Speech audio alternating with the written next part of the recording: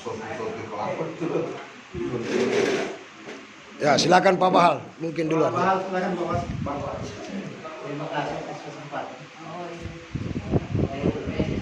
Persoalan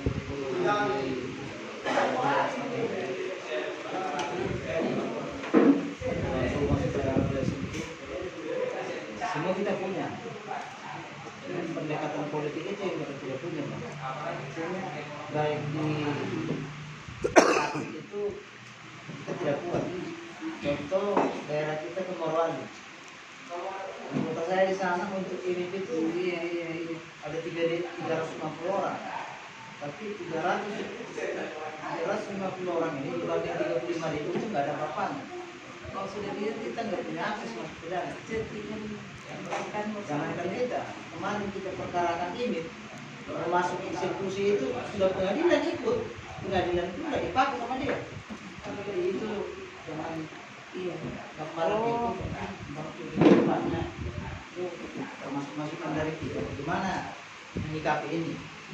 Nah, asalnya kalau mencuri nanti naik berarti yang punya Sulawesi Tengah kan seperti itu.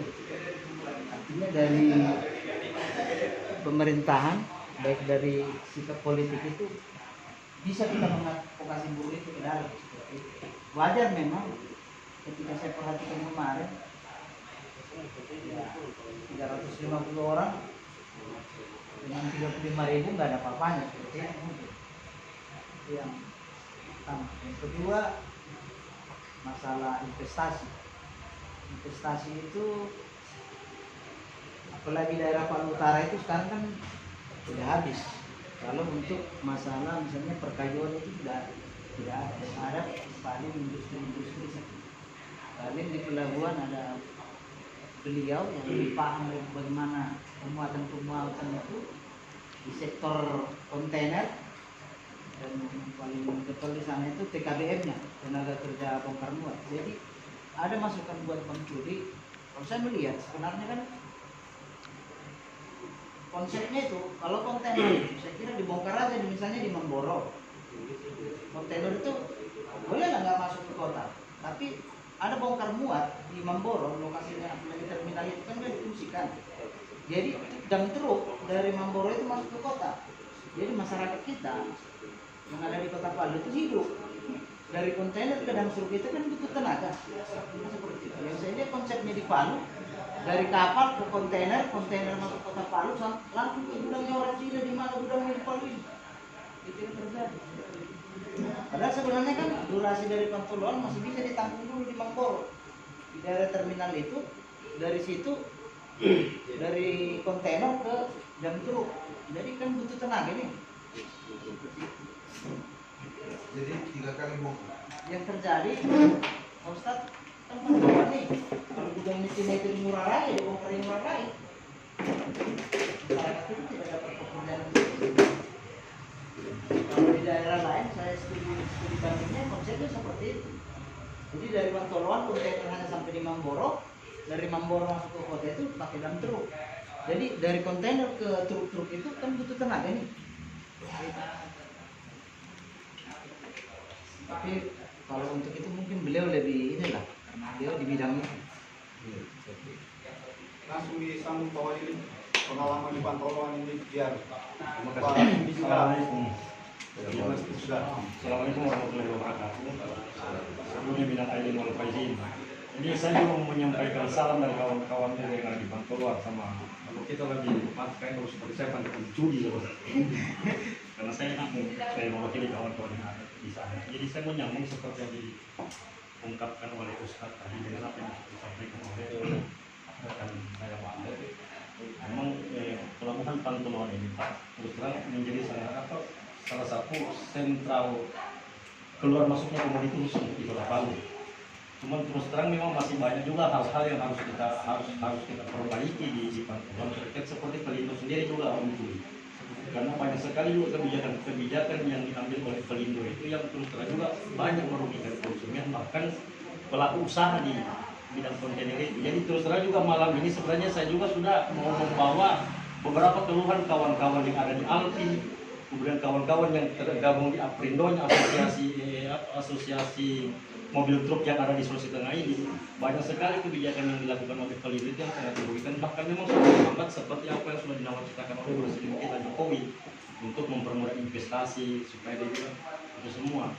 Kemudian terkait masalah seperti yang disampaikan oleh Pak Bahal tadi, masalah kontainer. Di tahun kemarin kan sempat kita buat front sampai kita demo besar-besaran terkait masalah kebijakan pemerintah kota pelarangan kontainer masuk dalam kota. Saya sepakat dengan apa yang disampaikan oleh Pak Bahal tadi. Nah, konsep yang ditawarkan oleh Pak Bahal memang sudah pernah kita rencanakan, sudah pernah kita bahas, bahkan kemarin kita sempat hearing dengan anggota dewan. Cuman memang kayaknya slow respon oleh pemerintah yang ada sekarang. Sampai mungkin dari hal seperti itu, karena kemarin juga terus terang ada beberapa serikat buruh itu yang betul-betul memang mengkritisi kebijakan pemerintah. Kayaknya salah satunya FNPBI ini yang juga dampaknya ke situ, karena terus terang sudah ada beberapa SBTK, Serikat Buruh Tempat Kerja yang kami bangun itu FNPBI. Kayaknya memang sulit sekali kan untuk mendapat bukti pencatatannya itu di Naker Kota. Jadi cuma analisa, kami juga cuma berasumsi nih kan, jadi mungkin karena faktor kemarin kita sempat mungkin terlanjur frontal dengan dengan pemerintah kota yang kemarin, makanya dampaknya mungkin ke sini kan cuma asumsi kita. Kemudian hal yang ketiga, jadi masalah buruh di Pantulan terus terang sebenarnya kompleks sekali persoalannya, kompleks sekali. Karena di satu sisi juga seperti tenaga bongkar muat itu, bagaimana saya mau membahasakannya? Dari serikat sebenarnya banyak sekali yang mau menampung aspirasinya kawan-kawan di sana. Cuman terkadang juga kita terbentuk oleh kendala dan kebijakan pemerintah itu sendiri. Banyak sebenarnya masalah, makanya kami dari serikat lebih banyak melakukan diskusi secara mau menyelesaikan persoalan secara persuasif. Tapi sebenarnya kalau rujukannya kita undang-undang banyak sekali perusahaan-perusahaan itu yang melanggar. Seperti yang disinggung Ustadz tadi, banyak orang bongkar muat masalah kelapa biji. Kalau hitungan-hitungan secara ekonomi kita ini daerah Pantulan maju, tetapi yang sangat disayangkan di sana dari segi ekonomi khusus untuk masyarakat Pantulan saja betul-betul memang di bawah standar. Jadi kami juga di sana terus terang masyarakat itu kadang mengeluh, apalagi dengan adanya kek apa semua sekarang kan sudah banyak perusahaan-perusahaan yang masuk di Pantulan. Tetapi yang sangat disayangkan tidak ada, bahkan mungkin 35% masyarakat yang ada di Pantulan itu yang diberdayakan oleh perusahaan-perusahaan yang ada di Pantulan itu sendiri. Baik itu tenaga outsourcingnya, kemudian tenaga outsourcingnya, kemudian kebanyakan perusahaan yang ada di Pantulan itu merekrut tenaga-tenaga dari luar, bahkan ada yang memang bukan dari Sulawesi Tengah itu sendiri, padahal dengan keahlian yang sama yang bisa mungkin juga diajarkan oleh pihak-pihak perusahaan tersebut kepada masyarakat yang ada di Pantulan. Itu dari 800.000 berapa lo dapat? Kalau sistem bongkaran ya Ustaz, per kontainer saja itu bongkaran paling rendah 335.000. 310.000. Itu satu kontainer dibongkar kadang sampai 6 orang.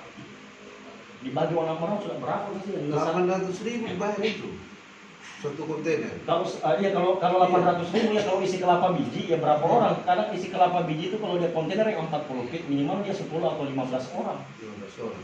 Iya, itu pendapatannya mereka satu hari cuma mungkin bisa isi sampai satu atau 2 kontainer. Tapi lo terima 300.000 itu sesuatu yang Iya, kalau itu kita berbicara konteksnya kelapa biji. Nah, sedangkan di situ kan kelapa biji juga punya musiman dia Ustaz. Tapi yang memang rutinitasnya kawan-kawan ini bongkar kontainer itu yang seperti Parnga, yang masih seperti yang dibilang rekan Bahal tadi itu yang langsung ke sini ke Kota Palu. Keramik itu saja Om, jadi bongkarannya cuma 450. murah sekali. Murah sekali, banyak sekali. Kadang saya dari serikat itu mewakili kawan-kawan sudah menegosiasikan masalah tarif itu. Cuman karena itu sudah faktor regulasinya ini yang diatur oleh pusat apa? langsung dari pusat. Langsung dari pusat. Bukan perusahaan yang kan? Ini saya dulu waktu wali kota pernah bertemu di rapat di semua orang asing dari buruh apa semuanya. Waktu itu kita mau pemerintah saya mau bikin sampai di pelabuhan, bongkar, baru pakai mobil-mobil kecil masuk kota.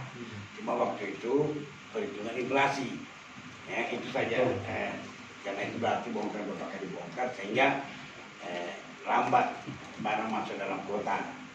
Itu kan juga mempengaruhi inflasi. Itu dulu menyebabkan tidak ini kesepakatan waktu itu. Nanti kita pelajari lagi. Tapi saya sudah mau keluar, saya sudah mau berakhir.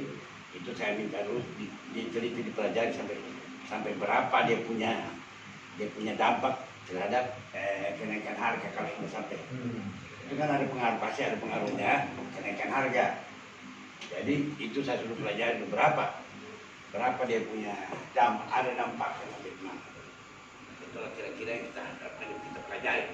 Kalau umpamanya kita pakai itu tidak cepat barang masuk di Palu karena persoalan makanya dulu kita mau toloan, kita bangun supaya masuk itu semua bisa langsung ya bongkar di gudang, baru nanti dari itu kita mau waktu itu seperti itulah ya kira-kira. Cuma waktu itu tidak tahu juga kalau saya terakhir bagaimana. Kita mau itu bisa saling kerjasama dengan pelabuhan.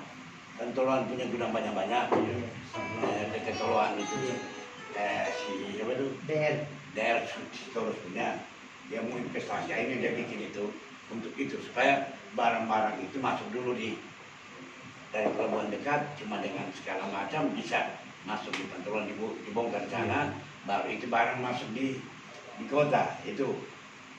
Tapi saya sudah belum jadi Toloan, sudah saya berakhir. Itu kira-kira semuanya kita waktu hasil pertemuan kita berapa kali dengan ini, karena mengerti saya ini ada saudara di Pantoloan bagaimana nanti ke depan, sehingga saya juga berpikir akan membangun flat untuk ada flat buruh kan ada. Nah, itu untuk mempermudah mereka buruh punya. Nah, itu sehingga saya di bagian-bagian itu rencana membangun flat buruh untuk buruh sehingga tidak jauh buruh punya, sehingga kosnya juga buruh rendah, tidak lagi perlu. Itu kira-kira semuanya dalam pikiran saya. Cuma ya tidak mampu semua kita. Karena saya waktu sudah masuk mau berakhir, sehingga sudah politik yang banyak. Itu kira-kira. Dan tapi saya sedikit. Nah, tentu sekarang kalau saya di gubernur, saya akan pelajari kembali, ya undang semuanya dari orang pakar-pakar dengan praktisi-praktisi ini untuk kita pecahkan bersama, karena ini memang persoalannya harus satu sisi kita harus tingkatkan buruh punya kesejahteraan, ya juga kita tidak boleh ada pengaruh itu menyebabkan harga naik, inflasi kepada rakyat lain menerima dampak dari itu kira-kira waktu itu kita diskusikan. Ini memerlukan suatu pemecahan yang tapi selalu tidak tuntas, ya itu tidak tuntas. Kita betul pikiran begini. Kalau kita tidak masuk pelabuhan, sehingga ada sewa gudang, berguna juga gudang orang, bisa bongkar kerja buruh di dalam ini. Nah baru lagi buruh lagi ada punya muat masing-masing, sehingga kita mau nanti di sini ini tidak ada gudang-gudang dalam kota, hanya gudang toko yang boleh ada. Itu yang persoalan sekarang. Karena masih banyak gudang-gudang, itu memang dulu masih banyak gudang-gudang barang apa semuanya. Harusnya di sana semuanya. Itu kan makanya kita harapkan begitu tadi kapal ini di sana gudang-gudang. Nah, malah ke depan nanti mungkin kita juga kembangkan nanti kayak itu tadinya yang saya harapkan gudang juga sebagian ada gudang. Itu bisa gudang itu menampung semua barang-barang yang tidak ada di gudang dalam kota, tinggal bongkar di situ. Ini kira-kira tinggal toko itu punya gudang toko, bukan gudang yang gudang toko namanya. Ingat, kira-kira pikiran saya semuanya pemecahannya. Tapi ya berhubung karena sudah masuk gubernur berakhir, berhenti kita punya, berhenti juga diskusinya. Satu lagi pesannya dong, jadi kawan-kawan minta lewat saya, mungkin disiapkan satu kesempatan kedua kan satu waktu untuk ketemu langsung dengan mereka. Iya nanti begitu. Jadi memang tinggal kita mau itu sudah saya mengerti sudah itu, karena saya pernah undang semuanya semua orang asing dan pengusaha asosiasi berapa dulu di ruangan saya. Cuma tidak tuntas itu karena sudah semua berakhir. Masa injury time.